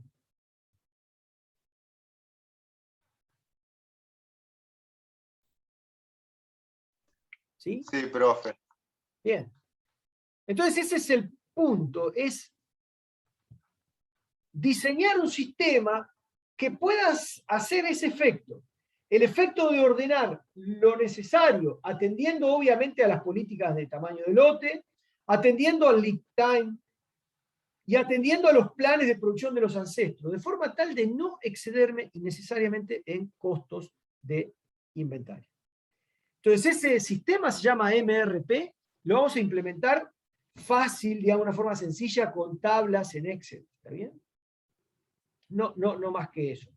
Pero ustedes van a ver qué fácil que se puede estructurar. Es como objetivo este sistema, como, bueno, originalmente fue propuesto en los 70 por este tal Joe Orlicki, que es un poco el padre del sistema MRP. Y si ustedes aprenden a usar el sistema MRP, les garantizo que van a poder entender qué hay detrás de cualquier sistema ERP moderno. Esa es la idea, tratar de mostrar con el ejemplo de la planeación de materiales cómo uno puede proyectar a un sistema de administración de recursos en general, ERP, el abastecimiento de estos materiales. Para darles un ejemplo, no sé, en lo que hemos trabajado con sistemas MRP, cuando empezó el desarrollo de los recursos no convencionales en vaca muerta, apareció la lógica de los pozos tipo, o sea, la perforación y fractura de pozos se hacía siguiendo algunos estándares, empezó a hacerse siguiendo algunos estándares de pozo en estos modelos de factoría. O sea, la industria del petróleo y el gas en ese momento se movieron a lo que en la ingeniería industrial estamos muy acostumbrados a manejar. Dicho sea de paso, es el momento en el cual la ingeniería del petróleo de alguna manera empieza a demandar menos geólogos, menos ingenieros en petróleo y más ingenieros industriales. Otro ejemplo claro en donde los ingenieros industriales empiezan a ganar terreno. Porque en pos de hacer más eficientes las operaciones, gastar menos en inventario, gastar menos en recursos financieros, es fundamental coordinar el abastecimiento de estos materiales. Y fue un ejemplo en el cual se desarrolló un sistema de MRP, nuestro grupo estuvo trabajando bastante en eso, para abastecer a tiempo con los insumos, tubos, elementos de cementación, baritina, no sé, un montón de compuestos, de elementos, válvulas, conectores, para que en el momento preciso en que se requieran, servicios también, ¿no? Por ejemplo, la fractura de los pozos, hacer llegar al momento indicado el servicio de fractura de pozo, cuando el pozo ya está perforado y en condiciones de ser fracturado. Es decir, esa sincronización, esa gestión en el tiempo de esas órdenes es fundamental y detrás de eso hay, sin duda, un sistema MRP en la mayoría de los casos. Hay otros ejemplos en donde el sistema MRP, ya vamos a discutirlo sobre el final de esta unidad, Hay otros ejemplos alternativos al sistema MRP, ya les voy a contar cuáles son, también son bastante famosos y qué ventajas y desventajas tienen. Pero vamos a este sistema MRP. El sistema MRP, que es un sistema, como les digo, muy difundido, busca esto, busca abastecer las cantidades indicadas en el momento preciso para poder satisfacer un plan de maestro de producción. En el caso del no convencional era de pozos, en el caso de la pintura era de pinturas, en el caso que vimos recién eran de palas, etcétera, de productos finales. ¿Ok? Con el objetivo central de reducir el nivel de inventario innecesario, digamos, ¿no? O sea, inventario que no tiene otra más que coordinar los momentos en que se necesitan los componentes con los momentos que se producen, ¿no? Entonces, bueno, la idea es llevarlo a esos inventarios al menor valor posible. Bueno, como dice también ahí, recuerden, se hace un plan de requerimiento de materiales, o sea, un MRP para cada SKU. Y cada uno de los SKU que hay en la planta necesita de su propio MRP generado. Ahora, es muy importante entender que para hacer un MRP necesito de conocer los MRP de todos los ancestros, porque son, como vimos en el ejemplo, los que determinan la demanda del propio SKU. Como ya mencioné, pueden ser órdenes de producción u órdenes de compra. Las decisiones claves son cuándo emitir una orden para que se reciba lead time periodo después y por qué cantidad. Por supuesto, también hay que tener claro que el horizonte de tiempo que se maneja es un horizonte de tiempo discreto. Es decir, van a aparecer, como hemos visto, números enteros, 0, 1, 2, 3, 4, etc., cada uno de los cuales implicará una celda en la tabla del Excel, o de la planilla de cálculo que hagamos, de la tabla que hagamos, para la cual definiremos si emitimos o no una orden, si recibimos o no una orden, y de cuánto es esa emisión o recepción. ¿Cuál es el nivel de discretización de estos sistemas MRP? Depende, eso es una decisión del usuario. Pero en general, no menos de un día. O sea, no hay MRP que se discretice en la escala de horas, porque es muy difícil que uno pueda decir, el lead time de un componente es de 3 horas.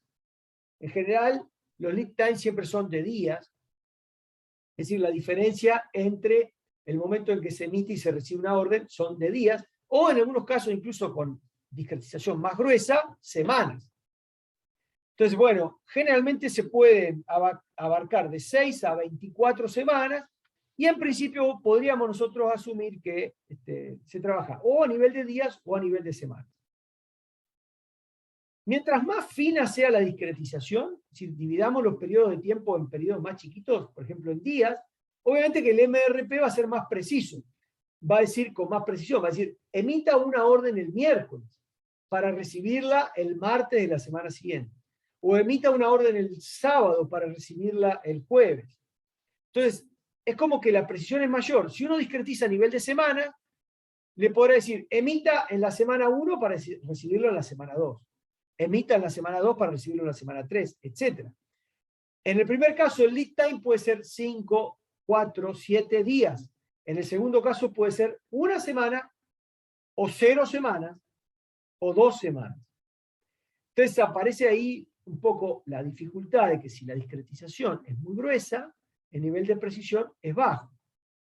Pero la desventaja, ¿cuál es? La desventaja mayor es el nivel de información que hay que manejar. Porque si uno discretiza a nivel de días, hay que tener una base de datos mucho más grande que dice en cada día qué hacer de cada uno de estos ítems componentes que componen a cada uno de los ítems finales. Entonces puede llegar a ser un volumen muy grande de información.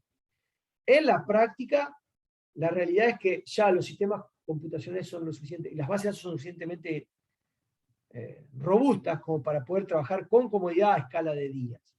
Insisto, más chico que días no es recomendable, porque también es difícil predecir un lead time, por ejemplo, que no sea o que sea definido a escala de horas. Y ahí lo que aparece también es un efecto que puede darse cuando uno quiere ser preciso, que es el efecto de la amplificación de los errores. Por ejemplo, el ejemplo que veíamos recién, uno maneja a escala de semanas. Y entonces, pide una semana antes el A para poder hacer el producto final, y una semana antes de A pide el B para poder hacer el A, que después se necesita para hacer el producto final. Esa semana de lead time es quizás una sobreestimación del lead time, pero les da a ustedes la certeza de que van a tener los materiales en el momento que se necesitan.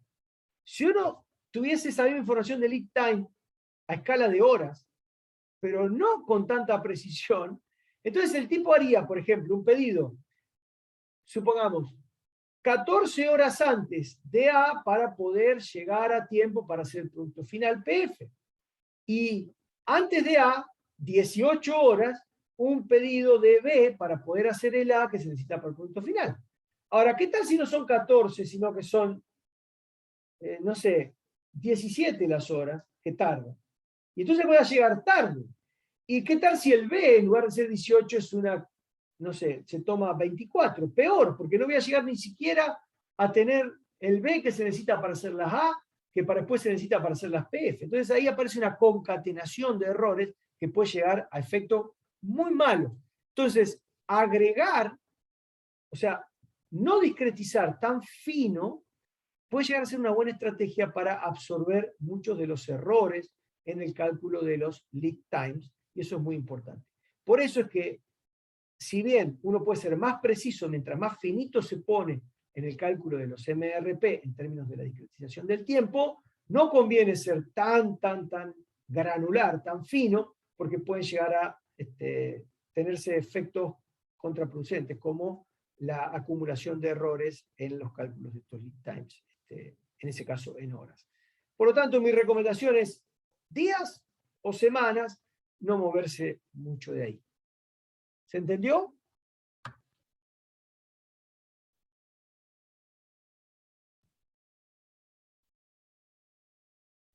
Sí, profe. Ok. Bien. Se dice que el MRP, a diferencia de otros sistemas, que ya vamos a ver, sigue una filosofía de empuje o push. ¿Qué es? ¿O qué hay detrás de una filosofía de empuje o push? ¿Alguien quería comentar algo? Me pareció que aparecía alguien ahí. ¿No? Ok. ¿Qué hay detrás de una filosofía de empuje o push? Bueno, la idea de una filosofía de empuje o push es que nos anticipemos al momento en que se requieren. Si ustedes se ponen a pensar, en el ejemplo que les mostré, la demanda, ese perfil de demanda que había ahí, era un pronóstico. Y el sistema preveía la producción de los lotes del producto final de 40 que ustedes vieron en esos 3 periodos, y a partir de esa proyección de los lotes de producto final, hizo la proyección de cuándo iban a ser requeridos los ítems A, y con eso planificó los lotes del ítem A, y a partir de eso pudo reconocer cuál era la demanda de B, no solo por el propio ítem A, sino también por el producto final, y ahí planificó los lotes de B. Pero todo eso lo hizo sobre un pronóstico de demanda del producto final. Por lo tanto, el sistema MRP se anticipa con la producción de B para que en el momento indicado se pueda producir el A, y con eso llegar a tiempo para la producción del producto final, que satisfacería, que atendería la demanda prevista, pronosticada para ese periodo. Entonces ahí está una de las claves del sistema MRP. El sistema MRP busca llegar a tiempo con las cantidades indicadas, pero en el fondo, allá arriba en el árbol, hay un pronóstico que fue el que disparó el plan de producción, que a su vez disparó todos estos planes de abastecimiento de material. Entonces, los sistemas MRP no son de inventario cero. Buscan ser de inventario cero y lo van a hacer en la medida que se cumpla el pronóstico de la demanda. Pero el pronóstico de la demanda es algo que está muy visto a futuro. Si se altera, si sufre variaciones, entonces el MRP puede redundar en, aún tratando de ser lo más preciso posible con lo que se necesite en el momento que se necesite, puede terminar generando algo de stock. Y lo puede terminar generando simplemente porque los pronósticos de la demanda no son totalmente determinísticos. Entonces, si bien los MRP son mejores que los sistemas de punto de reorden para controlar inventarios y aprovisionamientos, siguen teniendo un poquito de dificultad con el stock, porque ante cambios en la demanda, los sistemas MRP podrían generar algo de inventario.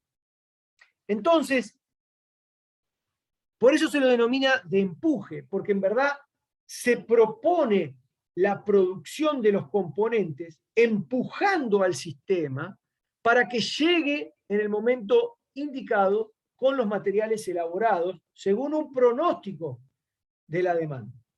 Existe una visión alternativa.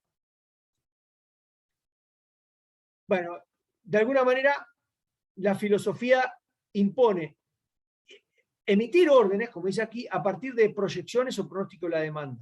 Entonces, el MRP se anticipa en la producción de los componentes para llevar los, o para que estén disponibles en el momento exacto en que se necesitan. Entonces, por eso buscan reducir el inventario, obviamente bajarlo, pero, y emitir esas órdenes solo cuando realmente hace falta, pero basándose en un pronóstico. Si ese pronóstico tiene alteraciones, puede que aparezcan inventarios. Entonces, nunca faltó aquel, no sé si está por aquí, bueno, aquel que lo criticó y dijo, bueno, y si la demanda no es tal, ¿de qué manera ustedes creen que podrían reducirse todavía más los inventarios de componentes? El sheet. Efectivamente, alguien mencionó qué modelo, perdón. No sé si anda a hablar. Ahí sí, Lea, sí, te escucho. Con el sheet es el just in time. Efectivamente, con el modelo Just in Time. El modelo Just in Time es un modelo que seguramente veremos hacia el final de las presentaciones estas, cuando terminemos de desarrollar el sistema MRP, pero es un modelo de gestión que manda a producir los componentes solo cuando la demanda ya está manifiesta. O sea, ¿cómo funciona?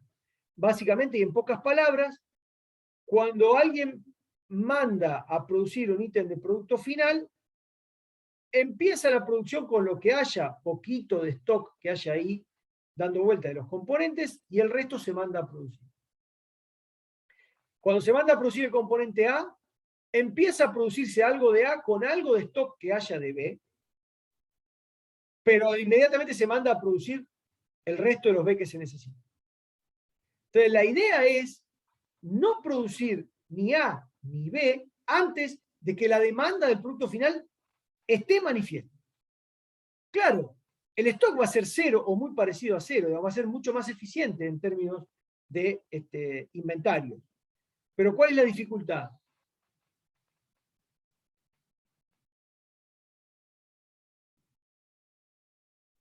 ¿El seguimiento de la demanda? Ok, o sea, ¿qué seguís ahí? Que de alguna manera vas a tardar en responderle al tipo, digamos, ¿no? ¿A eso te referís, Lucio? O sea, el lead time se va a poner, como que se van a acumular lead times a partir de que llega la orden, y no antes. O sea, no logra anticiparse. Supongamos un ejemplo sencillito. Viene un producto final PF, una orden. Y dice, necesito 1000 PF. bueno, empiezo, tengo 10 de A, y empiezo a hacer esas 10 primeras para ensamblar, y mando a pedir 990 de A para hacer, bueno, creo que era el doble, así que serán 1980 de A, para poder terminar, o 1990, para poder hacer lo que me falta, que es una bocha. Una semana después, recién, teóricamente me va a llegar, pero ni siquiera eso, porque cuando va a hacerse el producto A, el componente A, tampoco hay stock de B, hay muy poquito. Entonces da una respuesta media rápida con lo que tiene ahí, responde con algo, y todo lo demás lo manda a producir. Entonces recién 2 semanas después, porque la primera semana va a llegar la orden a B, que va a producir, va a mandar a producir, no sé, 2.000, 3.000, la que sean de B, que recién una semana después le van a llegar a A, y que recién una semana después le van a llegar al producto final, y que recién después se van a ensamblar. En definitiva, va a haber 3 semanas hasta que yo pueda dar respuesta. Entonces, la gran dificultad de los sistemas just-in-time es que si las órdenes son demasiado grandes, la velocidad de respuesta es muchísimo más baja. Obvio, pero por algo tiene que perder. Entonces, bueno, ahí cuando vean el sistema just-in-time en detalle, lo van a ver en cadenas de suministro, no en esta materia, porque ya no entraba más. Históricamente nos repartimos los temas así. El sistema just-in-time es un sistema que busca evitar a la mínima expresión los inventarios a través de construir lo que llaman kanbans o tarjetas, y el armado de alguna manera de pequeños lotecitos. Pero bueno, en resumidas cuentas, digamos, es un sistema que reacciona, por eso es pull, reacciona ante una demanda, no la busca anticipar. ¿Sí? Pero retomemos. Efectivamente, el just-in-time es un método alternativo, lo van a ver en AMIAS, está el texto desarrollado, es un método alternativo al MRP. ¿Cuál conviene utilizar? Depende de la tolerancia del lead time que ustedes tengan. Digamos. Si ustedes tienen que responder rápido o relativamente rápido a la demanda, y bueno, la verdad que los sistemas just-in-time, sobre todo si la estructura del producto es muy grande, pueden llegar a ser complicados. Ahora, si la demanda es tolerante en cuanto a los tiempos de respuesta, y yo tengo el sistema lo suficientemente aceitado como para poder responder rápido en cada una de estas instancias, la verdad que los sistemas just-in-time han prosperado y mucho. Por ejemplo, en la industria automotriz, Toyota, ¿no? Que fue el que generó, la empresa que generó la idea del just-in-time. Funciona en la medida que uno dimensione bien esos lotes de reaprovisionamiento y haya cierta tolerancia en la satisfacción de la demanda. Una empresa típicamente americana, tradicional, como Ford, por ejemplo, en algunos sectores ha adoptado políticas similares a la just-in-time, pero la gran mayoría de las veces lo hace con reaprovisionamiento de tipo MRP. Entonces depende de qué empresa se trate. Y hay adaptaciones, obviamente. Estos son 2 propuestas, pero hay un montón en el medio, ¿no? Bien. Hasta ahí la próxima clase, que será el miércoles, porque el viernes no tenemos clase, que es feriado, lo llevaremos a la práctica. Haremos una tablita donde tomaremos como información de entrada el plan maestro de producción, la matriz BOM, los lead times, etc. Y vamos a armar nuestro primer MRP que ustedes después van a seguramente a implementar en sus Excel y lo van a resolver para todos los ejemplos o para los ejemplos que quieran hacerlo de la guía de problema, aquellos que defiendan este tema con más razón, y para entrenar solamente para el examen parcial, que seguramente tendrá algún problema de implementación de sistemas MRP. Retomamos el miércoles de la semana que viene para ya ir avanzando en este tema. Es probable que el coloquio sea el día 20, para que ustedes ya lo tengan más o menos en mente. No la semana que viene, sino la otra. El coloquio de MRP, para que ustedes después puedan defender. No sé cuáles son las fechas de defensa, a ver si llegamos bien con el coloquio para esa fecha. Si no, me gustaría siempre dar el coloquio antes que ustedes tengan que preparar la defensa del tema. En algún lugar lo debo tener. ¿Hay alguna pregunta de momento? ¿No? ¿Se entiende más o menos el propósito del sistema MRP? Y su diferencia con el just-in-time. Espero que sí. Ahora chequeo esto de